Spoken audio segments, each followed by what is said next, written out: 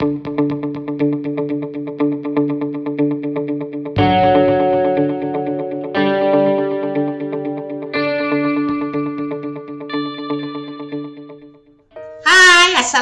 warahmatullahi wabarakatuh dan salam sejahtera murid-murid tahun 6. Murid-murid telah bersedia untuk belajar bersama dengan Cikgu Ji. Tentu murid-murid telah bersedia dengan buku bahasa Melayu, buku teks bahasa Melayu tahun 6 dan juga peralatan menulis. Baiklah, hari ini di dalam buku teks bahasa Melayu tahun 6 buka pada halaman 95 kita akan belajar tema 6 semangat cintakan negara unit 17 budi baik dikenang jua.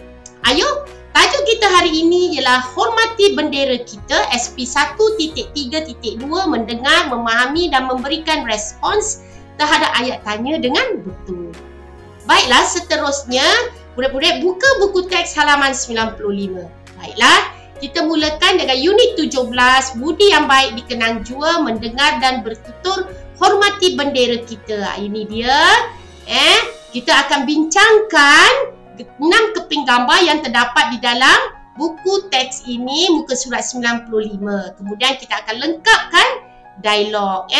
Pertama, kita mengenal pasti maklumat yang terdapat di dalam bahan ini, 6 keping gambar ini. Dan yang kedua, kita akan memberikan respon terhadap ayat tanya dengan betul. Ayo, kita meneliti maklumat dalam bahan iaitu 6 keping gambar tadi. Buku teks muka surat 95. Okey. Ada 6 keping gambar. Kita mulakan dengan gambar yang pertama iaitu pencipta bendera Malaysia. Pencipta bendera Malaysia ialah Muhammad bin Hamzah. Baiklah, kita lebihkan lagi info maklumat kita tentang pencipta jalur gemilang ini ya murid-murid. Beliau ialah Muhammad bin Hamzah, lahir pada 5 Mac 1918 dan meninggal dunia pada 19 Februari 1993. Jalur gemilang telah dicipta oleh Muhammad bin Hamzah pada tahun 1947. Pada 23 Februari 1950, bendera rekaan beliau telah dipilih dan mendapat perkenan oleh mesyuarat Majlis Raja-Raja. Setelah itu, pada 19 April 1950, Majlis Perundangan Persekutuan meluluskan rekaan beliau. Akhirnya ya murid-murid, pada 26 Mei 1950, 26 Mei 1950 buat pertama kalinya bendera jalur gemilang dikibarkan di Istana Negara. Ya. Seterusnya kita lihat gambar kedua, susunan kedudukan bendera pada hari biasa dan hari-hari kebesaran persekutuan. Jadi ini ialah pandangan di luar bangunan. Jika kita dapati pemandangan peletakan susunan bendera di luar bangunan, mula-mula kita mesti letakkan bendera jalur gemilang. Kalau dua bendera yang murid, mesti jalur gemilang yang pertama dan yang sebelahnya ialah bendera negeri. Jika tiga bendera dikibarkan, mula-mula mesti ni pandangan di hadapan bangunan. Kita hendaklah letakkan bendera negeri, kemudian bendera jalur gemilang dan bendera institusi iaitu sekolah ke, pejabat ke ataupun pusat pengajian tinggi. Seterusnya, gambar ketiga ialah darjah kecondongan mengibarkan bendera Malaysia di premis perniagaan dan juga kediaman. Kita mesti kibarkan menghala keluar menghadap jalan raya iaitu 45, kecondongannya ialah 45 darjah. Okey, susunan bendera dalam kedudukan di gedung, kedai dan rumah. Kita tambah info kita. Okey, susunan bendera Malaysia di gedung, kedai atau rumah hendaklah dikibarkan pada tiang yang dicondongan ke arah jalan raya. Di deretan gedung atau kedai pula, jika dua bendera dipasangkan di dalam wilayah persekutuan, maka bendera Malaysia mestilah dikibarkan di sebelah kiri dan bendera yang satu lagi, bendera negeri, mestilah di sebelah kanan pada tiang yang dicondongkan menghala ke arah jalan raya. Macam inilah murid-murid.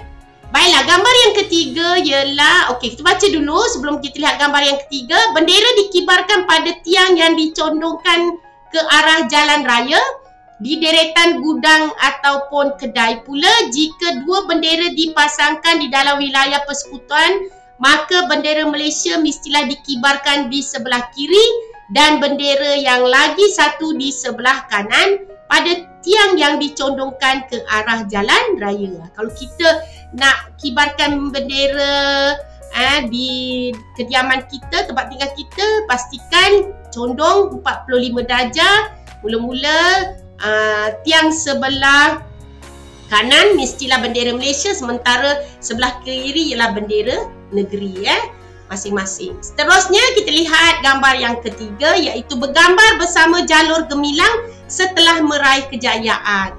Sekiranya pasukan negara kita pergi bertanding ke luar negara, mereka selalunya pasukan ini selalunya membawa bersama mereka ialah jalur gemilang. Jadi jalur gemilang itu jika kita mendapat juara dalam setiap pertandingan, kita akan kibarkan dan kita akan nyanyikan lagu negaraku di dalam dewan ataupun stadium tersebut. Dan setelah itu barulah ahli pasukan negara ini akan bergambar dengan hadiah kemenangan masing-masing dan juga jalur gemilang. Itu caranya kita menghormati bendera negara kita, jalur gemilang. Baiklah, yang ketiga, yang keempat,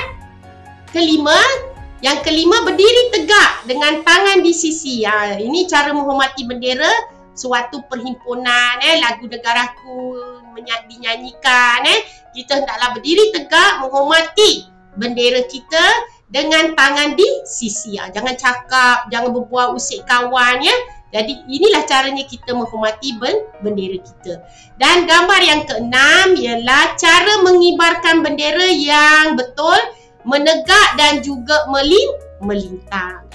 Jadi kalau bendera ini bersaiz biasa macam ini, kita hendaklah beginilah kita kibarkannya, Tapi sekiranya contohnya gegantung, ini gegantung dan bulan dan bintang di bahagian atas, kita mestilah menggantungkannya dengan cara begini. Ini yang betul, Okey, dan ini kalau ini bendera biasa tapi bersaiz biasa tapi kita gantungkan secara begini, ini adalah salah. Hanya gegantung bintang dan bulan di bahagian atas, jalur di bawah, ini yang betul, cara mengibarkan bendera. Baiklah, kita lihat gambar seterusnya. Cara pengibaran yang betul jalur gemilang. Bendera bersaiz biasa, beginilah kita mengibarkannya. Kalau macam ni, ini salah, Dengan bendera saiz biasa tidak boleh digantung seperti gegantung, di mana bulan dan bintang ini ke bawah. Ini salah, Ini bendera biasa tak boleh digantung seperti gegantung. Kalau bendera jenis gegantung, ini betul, kita kena kibarkan seperti ini. Murid-murid, masih terdapat lagi yang silap ketika mengibarkan jalur gemilang. Jadi selalunya ialah bendera saiz biasa. Kita tak boleh salah, kita bendera saiz biasa kita gantung seperti gegantung.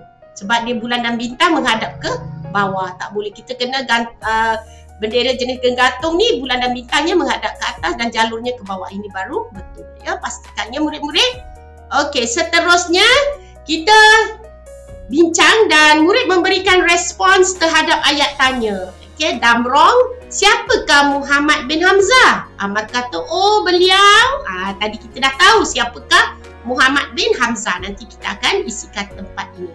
Kemudian Damrong tanya lagi, bagaimanakah cara kita mengibarkan jalur gemilang? Nanti kawan dia ni akan menjawab. Dia tanya lagi, berapa darjahkah kecondongan bendera yang dikibarkan pada premis? Tadi Cikgu Ji dah beritahu. Jadi tentu murid-murid boleh lengkapkan pertanyaan, memberikan respons terhadap ayat tanya Damrong ini, Kemudian Damrong tanya lagi pada kawan-kawannya, apakah yang dilakukan oleh kedua-dua murid itu? Tadi kita dah lihat. Dalam gambar tadi yang kita telah bincangkan, apa yang dilakukan oleh kedua-dua murid itu. Jadi murid-murid pasti boleh isikan respons terhadap ayat tanya Damrong tadi. Okey, soalannya yang terakhir, Ayat tanya yang terakhir daripada Damrong, bagaimanakah cara kita menyusun kedudukan bendera di tiang sekolah? Institusi tadi di tiang sekolah ya murid-murid. Simulasikan. Baiklah, kita akan jawab, bincang dan jawab ayat tanya terakhir Damrong ini. Kita memberikan respons. Baiklah, ni dia. Damrong, siapakah Muhammad bin Hamzah? Amar kata, oh beliau. Siapa murid-murid? Ya, beliau ialah pencipta bendera Malaysia. Damrong tanya lagi, bagaimanakah cara kita mengibarkan jalur gemilang? Selvi jawab, bagaimana? Tadi kita dah lihat dan meneliti maklumat tadi. Ya. Bendera bersaiz besar perlulah dipasang melintang.